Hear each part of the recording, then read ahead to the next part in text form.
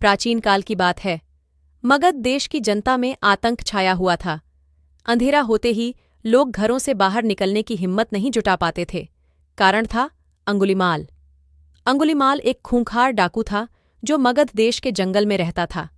जो भी राहगीर उस जंगल से गुजरता था वह उसे रास्ते में लूट लेता था और उसे मारकर उसकी एक उंगली काटकर माला के रूप में अपने गले में पहन लेता था।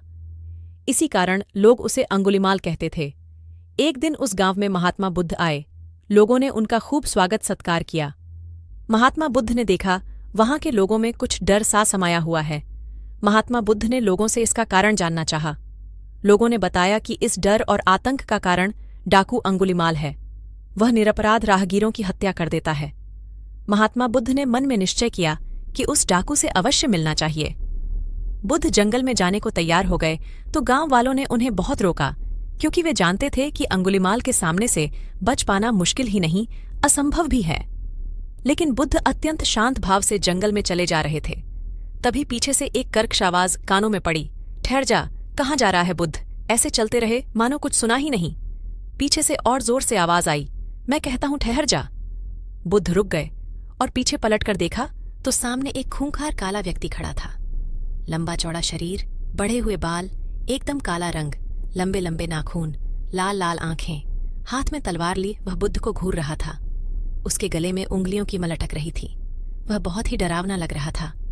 बुद्ध ने शांत और मधुर स्वर में कहा, मैं तो ठहर गया, भला तू कब ठहरेगा? अंगुलीमाल ने बुद्ध के चेहरे की ओर देखा। उनके चेहरे पर बिल्कुल भय नहीं था, जबकि जिन लोगों को वह रोकता था वे भय से थर-थर कांपने लगते थे। अंगुलीमाल बोला, हे सन्यासी, क्या तुम्हें डर नहीं लग रहा है? देखो, मैंने कितने लोगों को मारकर उनकी उंगलियों की माला पहन रखी है। बुद्ध बोले, तुझसे क्या डरना? डरना है तो उससे डरो जो सचमुच ताकतवर है।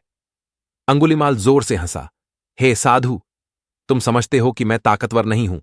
मैं तो एक बार में 10-10 लोगों के सिर काट सकता हूं। बुद्ध बोले, यदि तुम सचमुच ताकतवर हो तो जाओ, उस पेड़ के 10 पत्ते तोड़ लाओ। अंगुलीमाल ने तुरंत 10 पत्ते तोड़े और बोला, इसमें क्या है? कहो तो मैं पेड़ ही उखाड़ लाऊं। महात्मा बुद्ध ने कहा, नहीं, पेड़ उखाड़ने की जरूरत नहीं है। यदि तुम वास्तव में ताकतवर हो तो जाओ, इन पत्तियों को पेड़ में जोड़ दो। अंगुलीमाल क्रोधित हो गया और बोला, भला कहीं टूटे हुए पत्ते भी जुड़ सकते हैं? महात्मा बुद्ध ने कहा, तुम जिस चीज को जोड़ नहीं सकते उसे तोड़ने का अधिकार तुम्हें किसने दिया? एक आदमी का सिर जोड़ नहीं सकते तो काटने में क्या बहादुरी है? अंगुलीमाल अवाक रह गया। वह महात्मा बुद्ध की बातों को सुनता रहा। एक अनजानी शक्ति ने उसके हृदय को बदल दिया। उसे लगा कि सचमुच उससे भी ताकतवर कोई है। उसे आत्मग्लानि होने लगी। बुद्ध बोले, यदि तुम सचमुच ताकतवर हो तो जाओ, उस पेड़ के 10 पत्ते तोड़ लाओ। अंगुलीमाल ने तुरंत 10 पत्ते तोड़े और बोला, इसमें क्या है? कहो तो मैं पेड़ ही उखाड़ लाऊं। महात्मा बुद्ध ने कहा, नहीं, पेड़ उखाड़ने की जरूरत नहीं है। यदि तुम वास्तव में ताकतवर हो तो जाओ, इन पत्तियों को पेड़ में जोड़ दो। अंगुलीमाल क्रोधित हो गया और बोला, भला कहीं टूटे हुए पत्ते भी जुड़ सकते हैं? महात्मा बुद्ध ने कहा, तुम जिस चीज को जोड़ नहीं सकते उसे तोड़ने का अधिकार तुम्हें किसने दिया? एक आदमी का सिर जोड़ नहीं सकते तो काटने में क्या बहादुरी है? अंगुलीमाल अवाक रह गया। वह महात्मा बुद्ध की बातों को सुनता रहा। एक अनजानी शक्ति ने उसके हृदय को बदल दिया। उसे लगा कि सचमुच उससे भी ताकतवर कोई है।